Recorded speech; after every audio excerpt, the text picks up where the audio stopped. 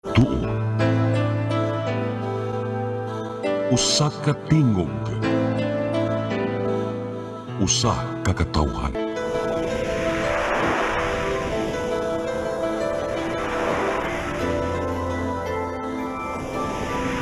CEBU Catholic Television Network.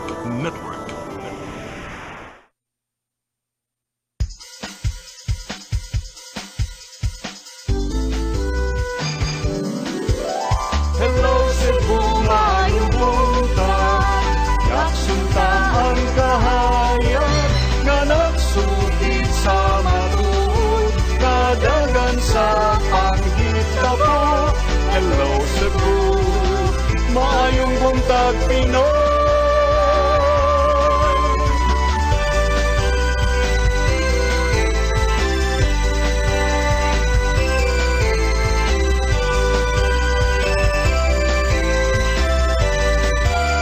Ang katutulungan sa mga katawhan. Hello, Cebu. Hello, Cebu. Maayong buntag, Pinoy. Maayong buntag, Pinoy. Maayong buntag, Pinoy. Hello Cebu, maayong buntag Pinoy. Adlaw karon nga Lunes, Oktubre 23, tuig 2023. Samsa nadan matag Lunes, ang ipakita kaninyo kini mga front pages sa mga pamantalaan lokal ug nasyonal ug bukod usab kami pipila ka mga balita sa mga pamantalaan. Mag-isgot-isgot kami sa mga butang nga may labot ang lungsod. Ang basahon ng inyong mga text messages nga parangat ng atong tulumanon. Ang weather report musunod karong taw-taw. Ako si Manny de los Santos Labacal, kasama sa naandan, kaubanato atong partner matag buntag, Konsihal Malu Wano Inukando Tabar. Kons, may buntag. Maayong buntag sa viewers sa Hello Cebu, maayong buntag Pinoy. Ato dahil sugan atong programa pinaagi sa pagpadangat sa ato ang front pages sa mga pamantalaang lokal ug nasyonal atong sugdan sa Sunstar Daily. Sa Sunstar Daily, capital to sell at 20 pesos per kilo. Cheap rice for Cebu. Sa super balita sa Sunstar, 7 million ka butane canisters sakmit. Sa The Freeman, Tourism Champions Challenge, Badyan wins. Sa Banat News, sa The Freeman, 285 million pesos butane canisters na kumpiska, 22 kataw, sikop. Sa Philippine Daily Inquirer, Chinese ship collides with Philippines resupply boat. Sa Philippine Star, Philippines and China vessels collide off Ayungin. Sa Manila Bulletin, Philippines raises alert level 3 in Lebanon. Ug sa Tempo, alert level 3 up in Lebanon. Maugatong front pages sa mga pamantalaang lokal ug nasyonal sa among pagbalik, mga paghisgot-hisgot. Please stand by. Hello, Cebu. Hello, Cebu. Maayong buntag, Pinoy. Maayong buntag, Pinoy. Maayong buntag, Pinoy. Ako si Mr. Rudy Romares, electrical subcontractor ng Maayong building. Ani adto nga wala pa kong mugamit ug ko'y sakit akong tuhod, iglakaw na ko, akong mga lutaha, no. Labi na gikan ta sa overtime. Di sa ko ganahan mo kaon, nindot na ang resulta kay karon mo agi ta sa rampa diha, no. Maglakaw ra jud ko. Mga batan-on nga mauwahin akong lakaw kay kusog na ko mulakaw tungod sa paggamit nako sa koy. So ay mo gamit sa koy kay nindot kay resulta. Daghang kay salamat sa koy herbal capsule. Barato na, epektibo pa. Koy Herbal Capsule. Discover the beauty of the Philippines.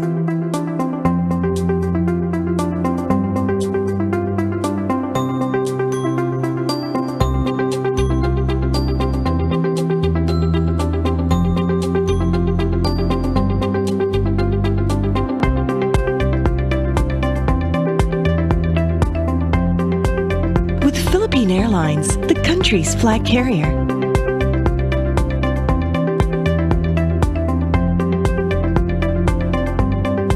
The airline that lets you feel the warmth of the nation.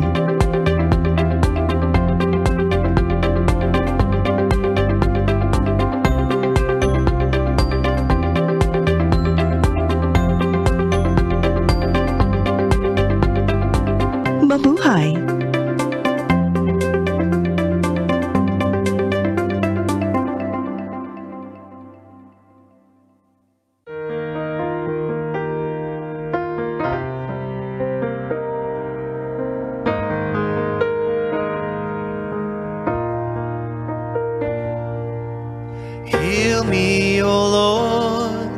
and I will be healed.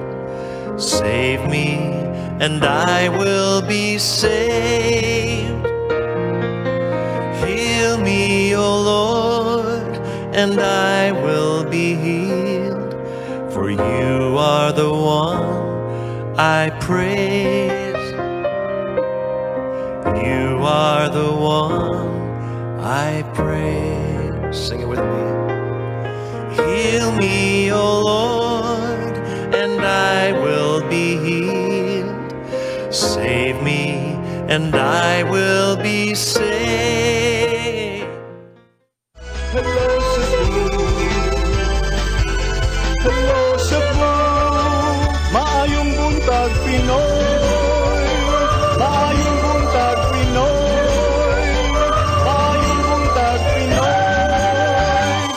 Para sa Hello Cebu, maayong buntag Pinoy, o ganiya kinato mga balita, o pag-isgot-isgot luyo sa mga balita. Unahon nato kining naitabo dito sa West Philippine Sea na pod. Grabe naman ni kayo. Sa iyo na itong lunes sa buntag, ang Philippine Coast Guard nag-escort kini usa ka barko nga mo'y mo resupply sa atong military outpost dito second Thomas Shoal. Pero doon usa ka Chinese Coast Guard cutter. Inoon, ningon sila nga di magyud Coast Guard, burag milisya to. Pero ilahara magyapon ng sinugo. May bangga sa Philippine supply boat sa convoy. Ang Philippine Coast Guard may report nini. Later in the same mission, ang Chinese Maritime Militia, una dito, katong Philippine Coast Guard. Karon ang Chinese Maritime Militia trawler ibangga sa usa ka patrol sa Philippine Coast Guard. Ang resupply padugon ta second Thomas Shoal o mao kining murag nag-stand off between China Coast Guard ug ang Philippine Coast Guard. O ang Philippine Coast Guard hinoon na hinayon gyud sa pagda sa resupply ngadto sa ato ang barko nga ato ang gituyo dito sa pagpasangad. O kunya mo lagi ni ang China mingon nga sila mo tag-iya Spratly Islands apil lang areas nga naapil sa Philippine Exclusive Economic Zone sama sa second Thomas Shoal o kanunay ning suguon sa Beijing kung sa China ang Manila ang Pilipinas nga withdraw sa tuang barko ditong ipasangad atong gitawag nila garrison og kanang maong barko mga higalag ipasangad na mga 24 na katuig na kalabay aron gyud nga mapirmanente kana masamang dapit nga maoy himuong istasyonan na gyud sa tuang mga sakop sa militar. Kadto mga confrontation kanato sa mga Chinese forces murag paagi to sa mga tira-tira sa water cannons nya laser target illuminators aron gyud pagpugong sa tuang military supply boats ug karon bangga na maginikons. Hinoon, dili lagi Philippine Coast Guard, pero nasayod magita nga kanang mga Chinese militia, ilahara man sa mga sinugo diha. Kung sabi ang kabuhato na gyud nato anikons? I don't know. Okay. Then, I don't know kung unsa po isulti sa itong mga senador nga daan na ba itong ni-issue statements nga nagmaisugon parte ani? Nakadugog ko ganiha usa ka what they call these political analyst, military strategist, o usa ka professor sa Rizal University. Ningon siya nga, it's about time, no? Nga, ang atong gabiton diha, mao na gyud ang Philippine Navy. Philippine Navy na gyud atong gabiton, di na gamit-gamit og lain pang barko, na escortan ng Philippine Coast Guard. Kaya kung ugaling Philippine Navy na gyud, nagpasabot na nga military na gyud. Kaya ka ng Coast Guard, civilian man mga higala. So military na gyud, Philippine Navy, migon pa gani siya nga mahimo man nga atong awhagon usab ang Estados Unidos Amerika, ang Australia, ang Japan, nga muabin ka na to aron sa paghimo nga nang mao nga pag suri-suri diha sa pagbantay sa atua nga teritoryo diha sa West Philippine Sea. Mao na iyang gisulti ug unya ningon siya nga kanang barko diha ilisda na nag permanent structure. Buti pasabot ko sama sa gihimo sa China nga maghimo na yung permanent structure nga doon na kabutangan og helipad aron di na magbarko-barko padung dito kundi mag-helicopter na lang yun padung dito aron sa paghatag og supply. But these are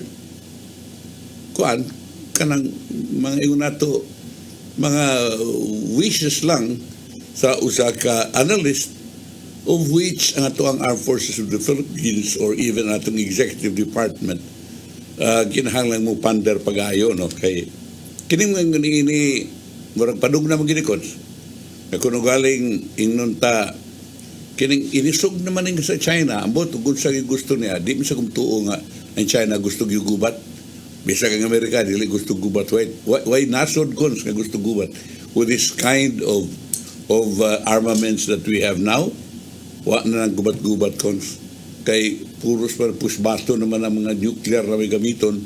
Wa na, there are no winners. Ang there are no gubat sa victors. mga panahon na is not just limited anymore to mere kanang firearms, ammunition. Cyber pamanggani is scarier. So, why mo daog? Never good. Wa good kayo inana Wa kita kitag ka ng kuan. So, muna nga, I think all nations upugong po niya na.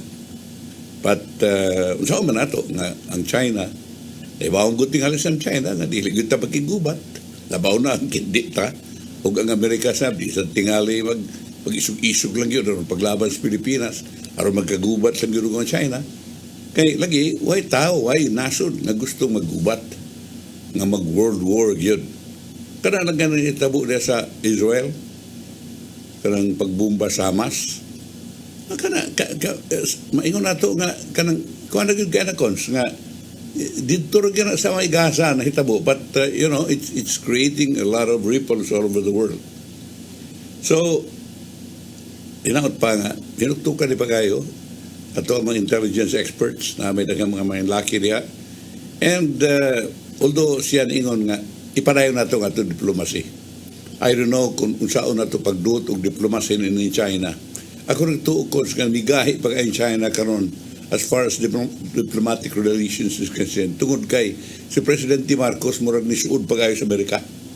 Unlike kanadto kang Duterte nga murag dito siya mihabig sa China, nga bisan gani kanadto dito pa sa habig China disulod pa maghapon ganita para nako bisag karon mas grabe karon kons kay friendly sila mo ram gyapon maura yung hapon so karon aggressive na lang karon aggressive din guy kons murag binuang ni gunang bangga di na mao so ato na ng pabuton magamputas kay tasan nga unta dili na lang unta punan ning kagubot nga nitabo karon sa to kalibutan.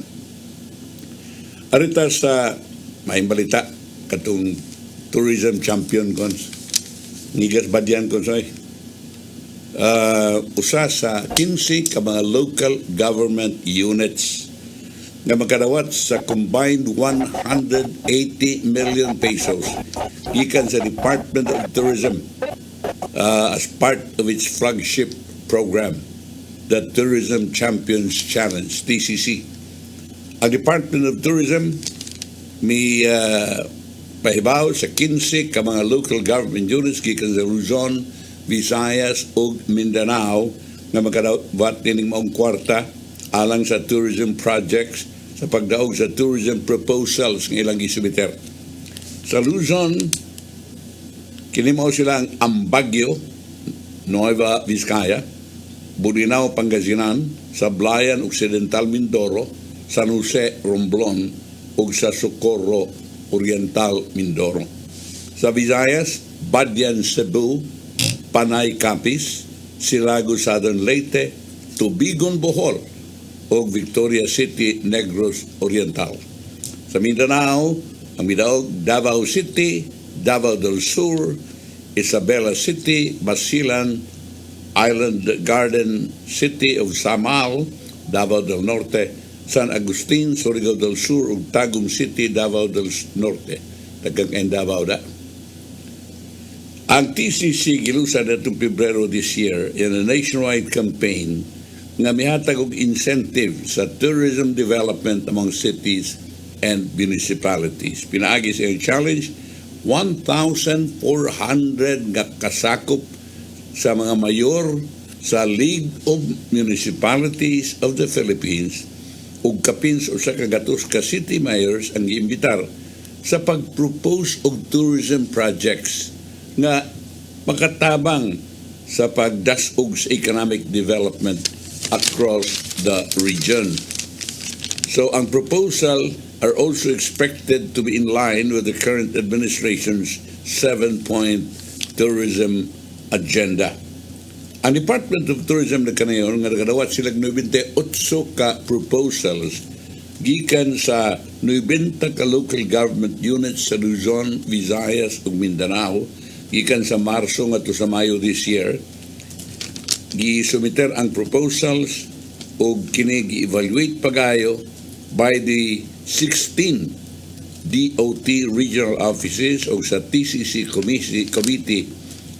Ang 98 ka mga proposals initial evaluation nagpakita nga 41 were compliant and were submitted to the TCC for further assessment. Ang local government units may presenta dayon sa project proposals o may address sa committee queries to aid in the technical review. Following these processes, ilang napili ang 5 ka mga winners each from Luzon, Visayas, and Mindanao. Ang tourism agency, kanayon sa ang knowledge partner, ang Prince Water Cooper Philippines, may mihatag og expert insights og meticulous scrutiny sa selection process sa local government units proposals ug mitabang sa pagpili sa mga mananaog pinagi sa second review. Di day ordinaryo ni Kons nga ordinaryo lang ang nagpili-pili kundi naagi mga mainlaki gyud ang Price Water House Coopers. Si Frasco sa yun niya na imipahibaw niling mga winners ug silang ranking according to the relevance and potential contribution to the country's tourism industry, with the first local government unit getting 20 million worth of tourism projects. Ang second, and third, fourth, and fifth LGUs will receive 15 million pesos and 10 million, 8 million, and 7 million respectively, for a total of 180 million.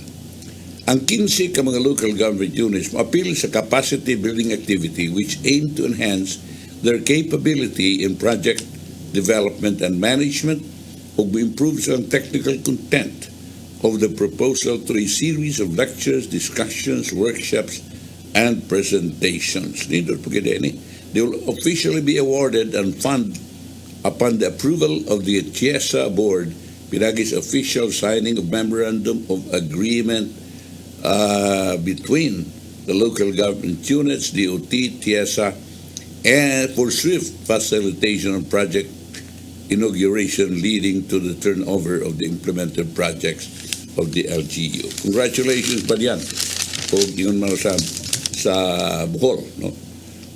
Sa inyong nadaog usab nga premier.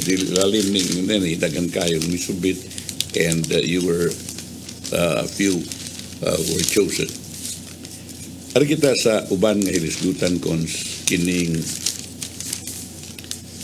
gipahibaw ni Kanhibayon Tomas Usmeña.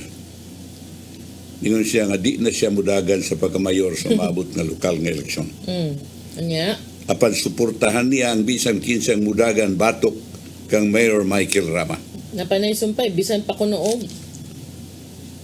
Di siya mudagan. Kini ang gisulti ng Usmeña nga. Ingon siya nga, bisan pa kunog yung iro, yung suportaan, basta di lang yung kuno. Mo ba yung gisulti ka dito? Sa ni. Kini ang gisulti ng Usmeña nga to sa mga sakot sa media ato sa press conference Sabado, Oktubre 21, kinsa ni hatag usab og -3 rating sa performance ni Rama. Unang ipahayag si Rama na si Usmeña mo iyang mentor apan ang uway mo sumbalik sa pag-istorya. He said, I'm his mentor. He has not learned anything. I don't have much faith in the guy, to tell you frankly. He's just looking for an alibi. Who to blame? Clearly, he cannot do it himself. He already screwed up so many things. I think he should not be there. Suma Diyos man niya.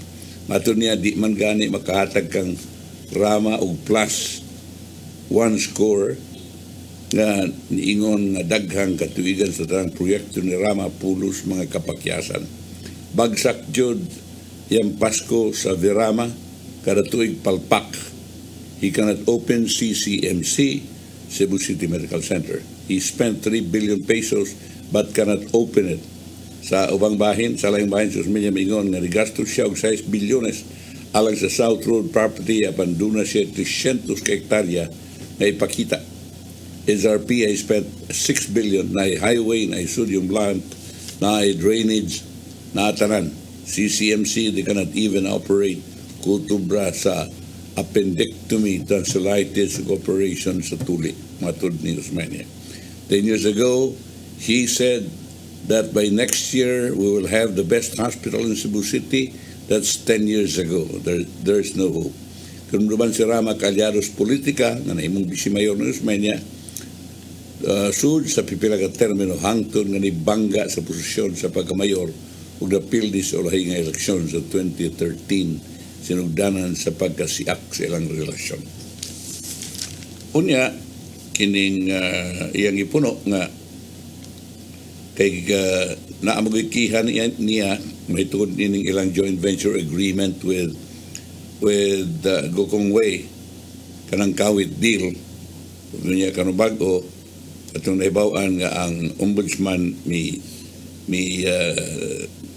basura sa mong kaso o mingon siya nga iya kunong gusto limpyuhan ang iyangan sa joint venture agreement with the Gokong Way Group o napalambo ang integrated resort sa South Road Properties diin ang karon na ang New Star Resort o casino. Matun niya gihimo sa oposisyon ang tanan kutob silang mahimo aron mapahunong ang proyekto ngayong gipasangil nga usa ka selfish political motives. Just media, mingon nga ngayong hukom sa pagsulti sa publiko mahin sa kaso dili tungod sa tinguha nga vindicated sa iyang desisyon apan kapugngan ng mga tao nga may salag sa pagkunahuna ng GVA uban sa grupong Gokong Way disbintaha sa syudad, which is advantageous to the city. Because they spent 20 billion on the construction right away, Maturus Menya, not benefit. And then when you see a structure like that, I'm not talking about theory, I'm talking about an actual building. You can actually go there and can see it standing. Now, what does that mean? It means that our properties in the SRP go up in value. Ang syudad, dili makakuha og 10% nga bahin sa ganansya. Ang syudad makakuha og 10% nga gross revenue rentals. Unsang kalainan ang ganansya o man nga gasto mo ang gitawag nimo nga ganansya porsyento sa gross rentals like VAT, 10% of what they collect, what they get profit or not. That's the difference. Siya migon ang syudad may katungod nga makadawat og 10% sa gross revenue sa New Star na masayon sa pag-audit. Ang city is not deprived with the business gross revenue dason Yusmenia. Sibingon, ang syudad may katungod nga makadawat og 10% sa gross revenue sa New Star nga sayon ang pag-audit.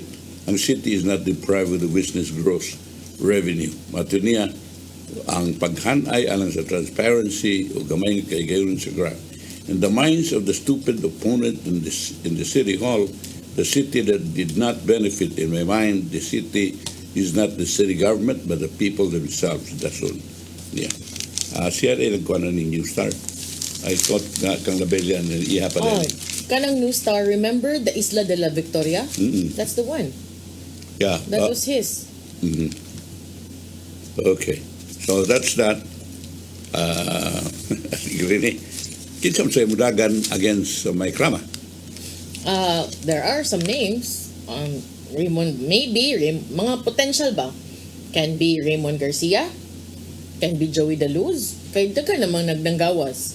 Diba? So, posible. You never know. Mm-hmm. Okay. Ang ato rin yung makita diya is ang grupo nila ni Daluz o ni Garcia o ni Casas katong former Labella Boys. Yeah, but Casas and Deluz are friends and Raymond are friends. Yeah, that's one group against the Ramas. So, mora na ito makita nga tingaligikan diha. And what do you think about kining may pariente de los Santos? Nariyan. I don't know. I don't really know. Kapila man yung ranking ron sa City Council. Yeah, pero labaw na si Daluz. Oh, depends. Remember, Daluz is the brains behind Rama's successful campaigns, di ba? Yeah, That's what I but heard. ako nadunggan nga si Daluz. Murang naay nahiubos ka gabay ra kuno kay og nakuha nga butok I don't know. kay dako kay gasto.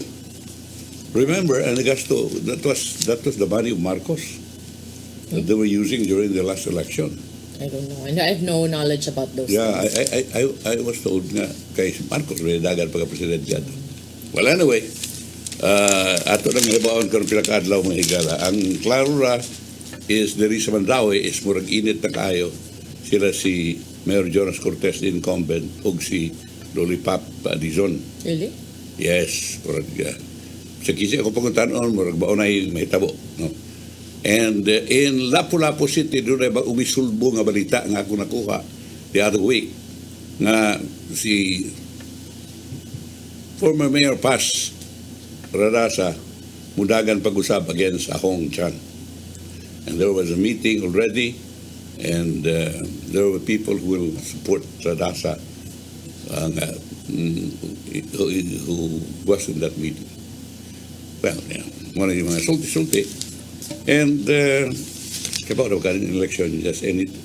And mura niya akong ingon nga, makita naman katagkons kaya ang unity team bungkag naman. So, the Marcos will look for their candidates, and the Dutertes will look for the candidates. How do you know na bungkag na? Nga friends pa man sila. Wala. Purti ng atake ni Kon, pero atake ni Digong. Now, anyway, yan natin istorya. Balik ta karong taon ko. Sige, balik mi human sa pipila ka pahinumdum. Please stand by. Hello Cebu, hello Cebu, maayong buntag Pinoy, maayong buntag Pinoy, maayong buntag Pinoy. Ako si Mr. Rudy Romares, electrical sa ng Maayong building. Ani adto nga wala pa ko mogamit og ko'y sakit akong tuhod, iglakaw na ko. Akong mga lutaha, no. Labi na gikan ta sa overtime. Di sa ko ganahan mo kaon, nindot na ang resulta kay karon mo agi ta sa rampa diha, no. Maglakaw ra jud ko. Mga batan-on nga mauwahi na kong lakaw kay kusog na ko mulakaw tungod sa paggamit nako sa koy. So ay mo gamit sa koy kay nindot kay resulta. Daghang kay salamat sa koy herbal capsule. Barato na, epektibo pa. Koy Herbal Capsule. Discover the beauty of the Philippines.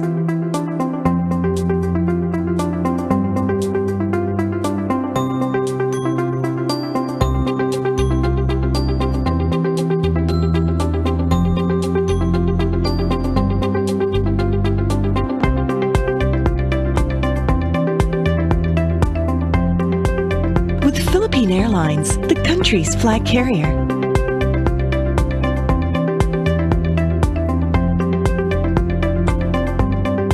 The airline that lets you feel the warmth of the nation.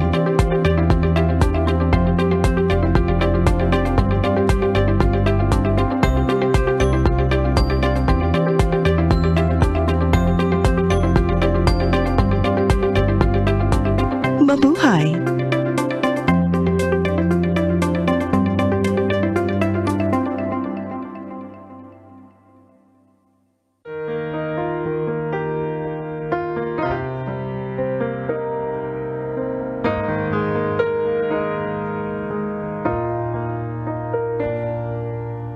Heal me, O Lord, and I will be healed. Save me, and I will be saved. Heal me, O Lord, and I will be healed. For you are the one I praise. You are the one I praise. Sing it with me. Heal me, O Lord, and I will be healed. Save me, and I will be saved.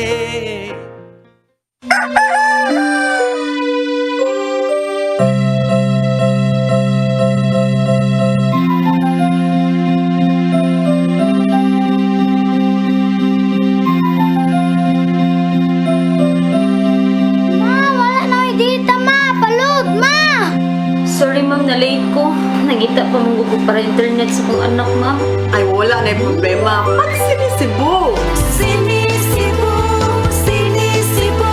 For your internet connection, And for the signal of your cable TV. so fast and straight, the transmission to your home. CEBU! CEBU! CEBU! Offers you to have fiber optics. For your viewing experience, perfect and clear, so fast. So great and affordable for you to enjoy.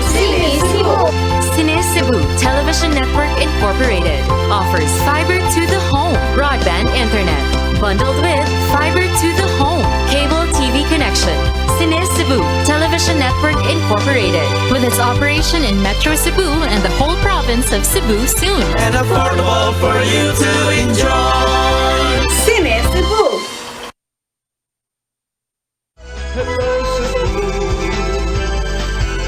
Hello Cebu, maayong buntag Pinoy. Maayong buntag Pinoy. Maayong buntag Pinoy. Maraming hello Cebu, maing buntag Pinoy. Bukabat sa 5,520 ka mga persons deprived of liberty, kung kinigitawag natin piniriso, sa Central Visayas, ang magkagamit silang katungod sa pagboto na umabot ka barangay ug sangguniang kabataan elections.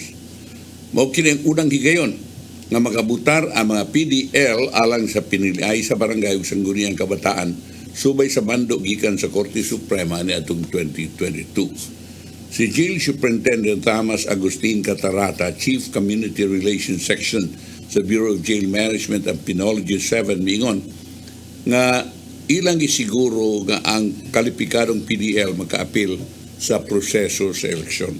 Karon nagpadayon atong kahimtang sa atong pasilidad nga makaabot sa mga PDL kadtong mga registered voters yun matud niya sa Sunstar Cebu. Sa mga kalipikadong PDL nga butante, 4,679 kalalaki, adunay 3,663 ka mga butante sa on-site ug 1,616 ka off-site. Samtang adunay 841 ka kalipikado nga mga butanting babae, bilangkuban sa 713 nga on-site ug 126 nga mga butante sa gawas.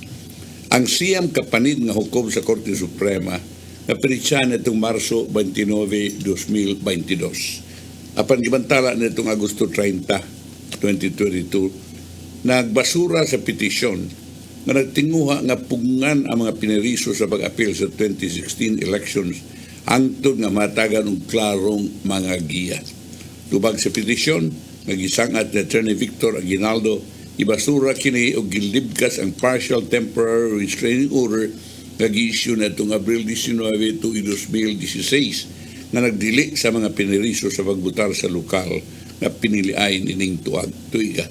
Ang mga maestrado nakamatikod nga ang petitioner way personal nga interes sa kaso nga kapakya sa pagkabot sa mga kinahanglanon alang sa dugang pa nakita sa Korte Suprema nga dili kinahanglan na tukion ang mga substansyibong issue nga gipangtungha ipatungha sa petitioner. So mahimo nagbutar ang mga persons with deprived of liberty kanang nasa ngayon lang nato piniriso, no?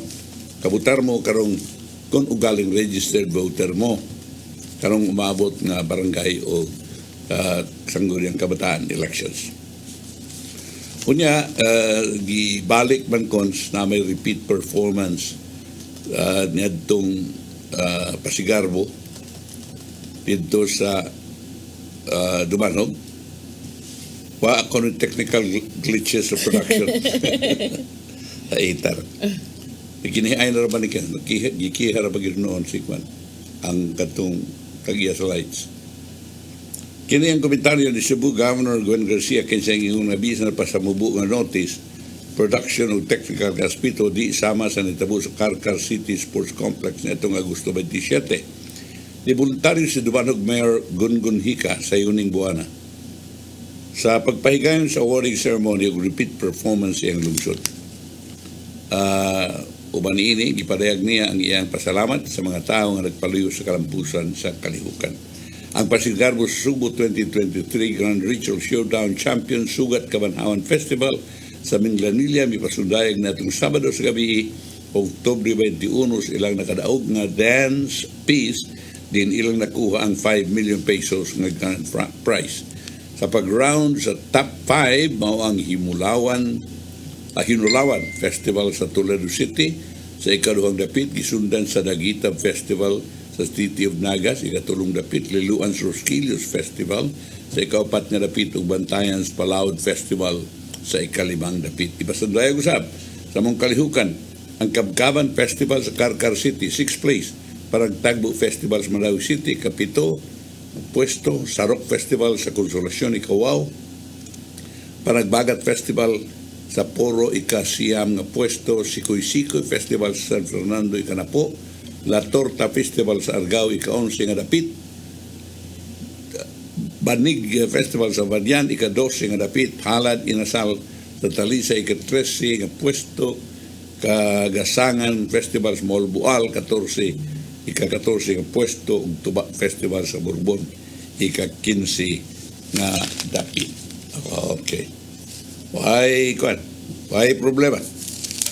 Pagka kining doon ako nitutuo ka mga departments sa Cebu City nga misuportar nining proposed ordinance nga magtugot sa syudad nga makasave og minimum nga 20% sa ilang electric bills kinsa magiging suot. Ang proposed ordinance nga ginganlan og an ordinance instituting a financial agreement or arrangement framework for the solar power upgrade of electrical supply facility in buildings, establishments, and infrastructures owned by the local government of Cebu City, the author ni, of course, by Councilor Nestor Archival Sr. Atol sa public hearing na itong Miyerkules, ang Cebu City Council sa Cebu City Council session, doon ay tutug ang mga speakers nga misuportar sa mga ordinansa. In behalf of the Office of the Building Officials, Engineer Fritz Ginayawan na kanayon na iyang suportahan ang ordinansa adding that they are willing to assist the contractors or willing to bid.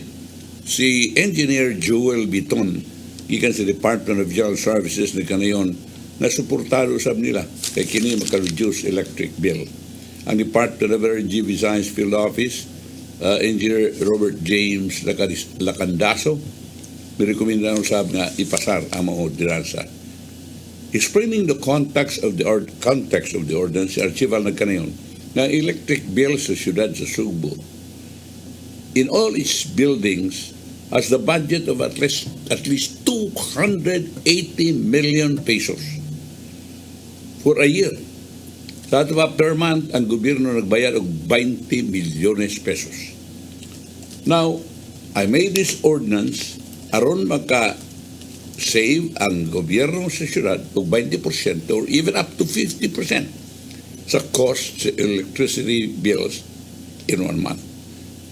We know for a fact that technology known as the solar energy can be converted into an electrical power, can save our electricity bills.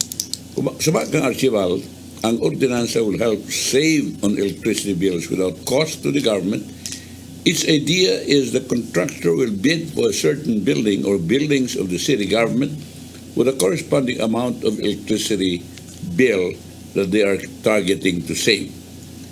With the solar panels that the contractor will put up, ang amount they are targeting to save will be the same amount that the government will be paying them until such time that the panels will be officially turned over to the city. For example, ang bill is 100,000 pesos, and according to the contractor, we can save at least 20,000 a month. Now, the next point is when we turn over it will be turned over to us. So ang pasabot is the savings of 20,000 will be going to them until such time that the contract is being turned over to us. Okay, sa ato pa, ang ganansya di ato sa contractor, hantod na mabayran na kintahay ang cost of construction, hantod i-turn over na kiningadto sa syudad sa Subo. Kung ugaling ang system being lent is paid off by the city government, including the return of investment, it will then be turned over to the government. Vice Mayor Raymond Alvin Garcia, the presiding officer, called a long-term lease during the discussion. Usap sa mga contractors ang CG Automation, represented by Chief Operations Augusto J.R. Reynes, appeared before the Cebu City Council and spoke that they are for the proposal of Councilor Chival, adding that this is a good sign to help the city government to save electricity bills. In our own opinion, based on our existing setup in our companies, we see the savings is not only 50%. It reaches around 70 to 80% ang savings. It depends on the roof. During the discussions, Archibald also pointed out that this scheme is better option than procuring equipment since the solar panels will be free. Si Majority Pro Leader, Councilor Jocelyn Pisguer, however, mitumbok na ang ordinance will still require the government to pay monthly to the contractors, indirect, defeating the purpose of saving a cost. If we say no payment on the initial investment, that's one thing. But if there is monthly, we're still paying for the contractor. That's why, Mr. Chairman, the savings, solar and other mode is very good. However, it's just that everything should be. It's either the contractor, if they want to make a proposal to the city, let it be, and we will evaluate the proposal rather than we have this ordinance, we will be tied up. There will be 3 parameters that the city government will be holding, they will be looking at in order to select a contractor. First, in the amount that will be saved from the government, the number of years that the panels will be turned over, and the maintenance. Okay. Sa ato pa, ang bayranan sa Siyudad Subo is 20 million a month. Kung mag-save ka 20%, karang 20% ka savings, ibayad gyapon na nimo dito sa kwan. Mag 20 million gyapon nimo bayad, nya kanang savings, maadto contractor. Hangtod mo human ang kontrata. Sa ato pa, wa gyapon, di gyapon ta ang Siyudad Subo, magbayad gyapon sa mga gyapon kantidad, hangtod sa pinakatuig kung karusa mo human ang maong kontrata. Pagkita mo lain. Kanang wa gyud. Okay. Kining all over the Philippines, Econs, doon ay mga kapin 100 nga gi-declare nga hotspots. Ilan lang, mga usak semana lang before election day on October 30. 7 days. 7 days. 7 days. Ang Commission on Elections may release na itong Sabado sa gabi yung listahan na nagpil sa 361 areas under the red category as of October 20. Base sa COMELEC data, 19 ka mga barangays ang napuno sa 242 ka mga barangays nga kanento na lista sa mong category. Ang COMELEC Committee on the Ban on Firearms and Security Concerns head Commissioner Aimee Ferolino nagkanayon ng election sa diyang nagkadulang eleksyon, an increase in number of hotspots is expected. Aside from the red category, ang COMELEC also listed 1,271 areas under the orange category and 1,199 under the yellow category. Under the green category, or the other, on the other hand, dropped to 39,170. Sa classification ng green areas are those with no security concerns or are relatively peaceful and orderly. Kanang as yellow, muna mga dapit na dunay suspected election-related incidents in the last two elections, provided there was no participation of domestic terror groups, existence of intense partisan political rivalry with no participation of domestic terror groups, possible employment of partisan garner groups by candidates in the area, occurrence of politically motivated incidents in the election period, provided there is no participation. Muna ilang mga categories ng kung say orange, or say green, or say yellow. So far, only Negros Oriental ang gibutang under COMELEC control alang nining 2023 election. Gibutang dahil gihapon, Cons. Gibutang gihapon sa COMELEC control ang Negros Oriental in spite of the mainly assurances, no? Huh? Assurances na okay na. Oh, okay But na. better said to be Yes. safe, no? Tinood na. Smayan ang ginana kaysa Makalitan na lang ta. tinuod na di nagpahipi dito nga at tuutang Sud mana. na. Okay, unya kining di pa rin ang Cebu City Council bitawag sa Department of Education kung DepEd nga ang underprivileged students dili na lang kuno pagastuhon sa mga projects, assignments nga kanabang nang gasto kayo ba. Ang DepEd is able to better observe the principle of inclusion and reduce the financial burden being faced by the underprivileged students. So sa resolution, si City Councilor Jose Lorenzo Villanosa, karoon pa ko dumog lang yan. Ni, Ha? ni kinsa? Jose Lorenzo Villanosa. Laka na siya before katudang iyang resolution nga unsa to katong mga establishments. I remember one time. And approved in its session last week, the City Council said this would be a big help to the students whose families are barely surviving, trying to make ends meet. Ang ang underprivileged students in public schools and other parents or guardians already have their backs to the wall and will be forced to choose between their basic needs and school-related expenses. Suma ni Abellanosa nga pugos siya sa paghimo ni mga resolusyon kaya nakita niya ang responsibilidad sa state to protect and promote the right of all citizens equally educated at all levels. The state, he also said, is also mandated to take appropriate measures in making education accessible to all, thus maintaining a system of free education. Okay. Hindi sa ni mga ini. Unya, doon ay katong amot ng daban na mas balita ko, 285 million pesos ng worth sa butane canisters. Katong sa front pages. Oo, sa front page, no?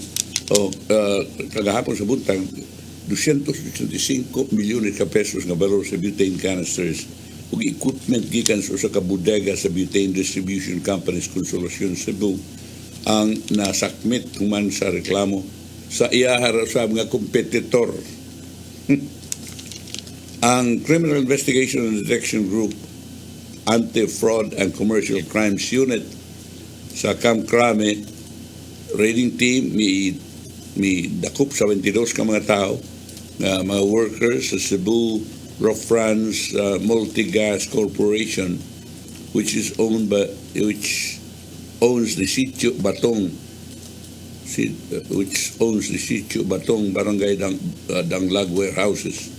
The operation, which Consolacion Police assisted, came after the Regional Trial Court Branch 89 Judge Lucila Cad in Hambres issued a search warrant against CRMC tungkol sa violation Section 2 of Republic Act number 623. Ang maong provision sets that it shall be unlawful for any person without written consent of the manufacturer, butler, or seller who has successfully registered the marks of ownership in accordance with the provisions of the next proceedings. Anyway, mauni ang atong nahipos ng kasayuran o kining maong mga butane karon mura o ilaning gubon ila kining pigsaton suma sa report natong nahipos.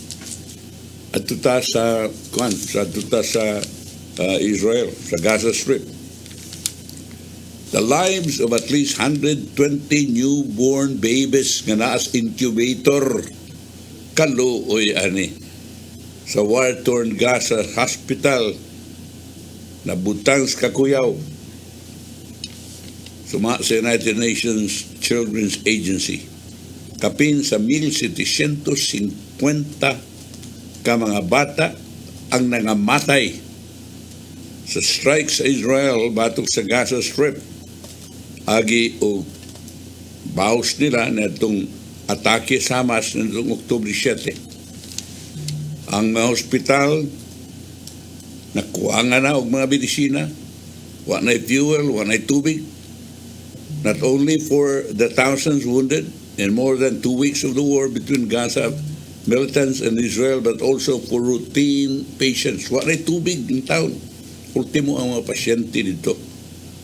We have currently 120 neonates who are in incubators, out of which we have 70 neonates with mechanical ventilation, and of course this is where we are extremely concerned sa tigbababa sa UNICEF. Power is one of the main worries for the 7 specialist wards across Gaza, treating premature babies to help with breathing and provide critical support, for example, when their organs are not developed enough. Sa umantaon ni Guan ay kurente, kay pamutlan ng kurente sa kwan. Ang mga dapit. Ang Israel may order of complete blockade sa territory after the Hamas attack, in which the Islamist group killed 1,400 people, mostly civilians, suma sa Israeli officials. O tungod nining electricity cuts, iputol na lagi ko ang electricity. Saan daw na pagliginawa ng mga bata na incubator. Ang World Health Organization may warning na itong Huwebes, ang hospitals had already run out of fuel for generators. Generator na itong gamit. Yung ano sa gasolina ko. Ang World Health Organization na about 1,000 people na kinahanglang dialysis will also be at risk kung ugaling magmuhunong na ang generator. 28 trucks across the from Egypt into Gaza on Saturday, but there was no fuel in the consignment. What din magdapagkaon na ni? Ang Israel na hadlok that fuel could help Hamas mo ni kadlok Israel. Kung pagdaslan kuan dito nga og gasolina o crudo nga tingali og gamito ni Hamas. Although ang limited supply still in Gaza were still being diverted to keep the generators for medical equipment running.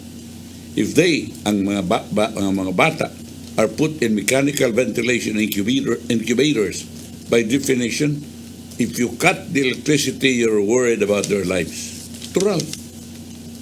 Ang Health Ministry sa Gaza, nagkanayon na itong Sabado, nga 130 ka mga premature nga mga bata ang naas kakuyaw nga mga matay tungod sa kakuhan sa sugnod para generator. Around 160 women give birth each day in Gaza, suma sa United Nations Population Fund. Bait ko. So, natin panahon ko. At ay padangat ang giandam ni Tatay Dodong ang iyang pulong kinabuhi. Kita.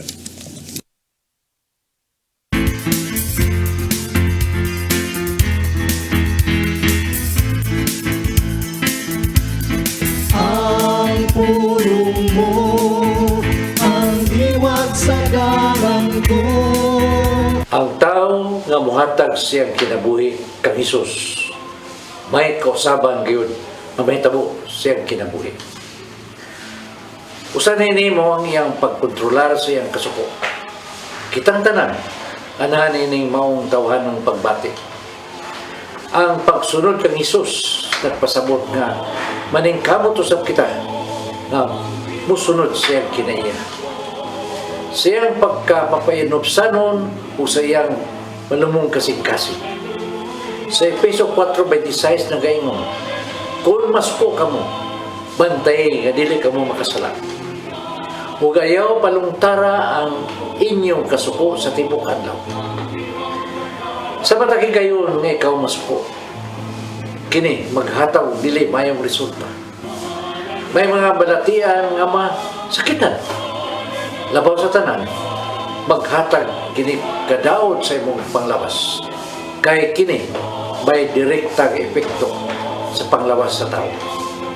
Sa Santiago 1:19 hangtod sa 20 nagingon, timanay kini, minahal ko mga igsoon, kinanglan nga kamong tanan andam sa pagpamati. Apan, dili madali-dalion sa pagsulti ni dali masuko. Busa, pangayowa sa Ginoo nga magkalingkamas ka hining negatibong pagbati. Mga igsoon, mao kini ang pulong nga naghatag og giya sa atong kinabuhi. Pagampo kita. Sa samahan sa anak sa Espiritu Santo.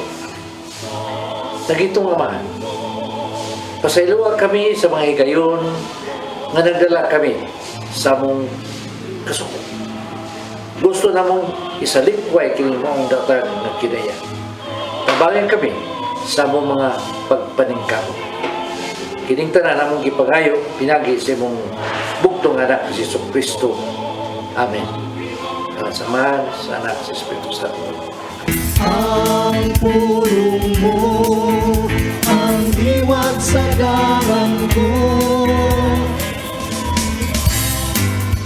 Pulong kinabuhi ni Tatay Dodong Limchua mo ay nagtapos sa atong tulumanon. Dagang salamat sa koyog sa Philippine Airlines.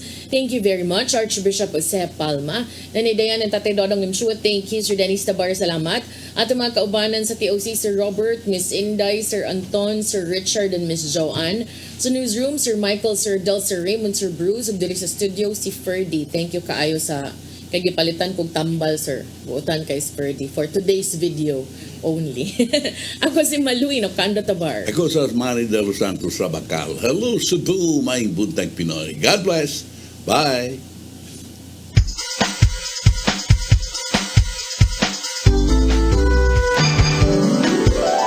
Hello, Cebu, maayong buntag.